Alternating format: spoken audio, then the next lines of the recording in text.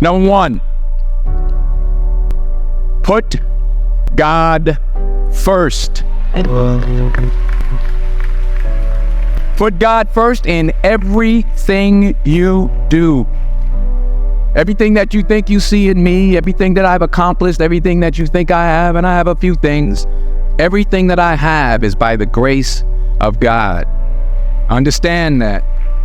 It's a gift.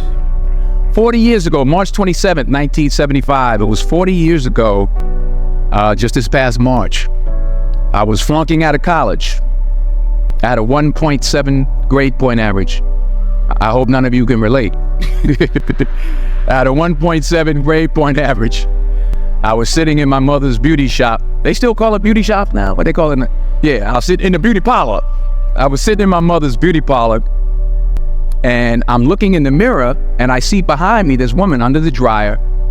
And every time she looked up, every time I looked up, she was looking at me, just looking me in the eye. I didn't know who she was, and I said, she said, somebody give me a pen, give me a pencil, I have a prophecy. March 27, 1975, she said, boy, you are gonna travel the world and speak to millions of people. Now mind you, I was flunked out of college. I'm thinking about joining the army. I didn't know what I was gonna do, but she's telling me I'm gonna travel the world and speak to millions of people. Well, I have traveled the world, and I have spoke to millions of people. But that's not the most important thing, the success that I had. The most important thing is that what she taught me and what she told me that day has stayed with me since. I've been protected, I've been directed, I've been corrected. I've kept God in my life, and it's kept me humble. I didn't always stick with him, but he always stuck with me. So stick with him in everything you do. If you think you want to do what you think I've done, then do what I've done and stick with God. Number two, fail big. That's right. Fail big. Today is the beginning of the rest of your life, and it can be very frightening. And it's a new world out there. It's a mean world out there, and you only live once. So do what you feel passionate about. Take chances professionally. Don't be afraid to fail. There's an old IQ test was 9 dots, and you had to draw 5 lines with a pencil within these 9 dots without lifting the pencil. The only way to do it was to go outside the box. So don't be afraid to go outside the box. Don't be afraid to think outside the box. Don't be afraid to fail big, to dream big. But remember, dreams without goals are just dreams, and they ultimately fuel disappointment. So have dreams, but have goals. Life goals, yearly goals, monthly goals, daily goals. I try to give myself a goal every day. Sometimes just to not curse somebody out. Simple goals, but have goals. And understand that to achieve these goals, you must apply discipline and consistency.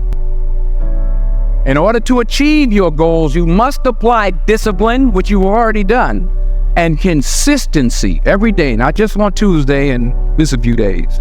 You have to work at it every day. You have to plan every day. You've heard the saying, we don't plan to fail, we fail to plan. Hard work works. Working really hard is what successful people do. And in this text, tweet, twerk world that you've grown up in, remember, just because you're doing a lot more doesn't mean you're getting a lot more done. Remember that. Just because you're doing a lot more doesn't mean you're getting a lot more done. Don't confuse movement with progress. My mother told me, she said, yeah, because you can run in place all the time and never get anywhere. So continue to strive, continue to have goals, continue to progress. Number 3, you'll never see a U-Haul behind a hearse. I'll say it again. You'll never see a U-Haul behind a hearse. I don't care how much money you make, you can't take it with you. And it's not how much you have. It's what you do with what you have. We all have different talents. Some of you will be doctors, some lawyers, some scientists, some educators, some nurses, some teachers.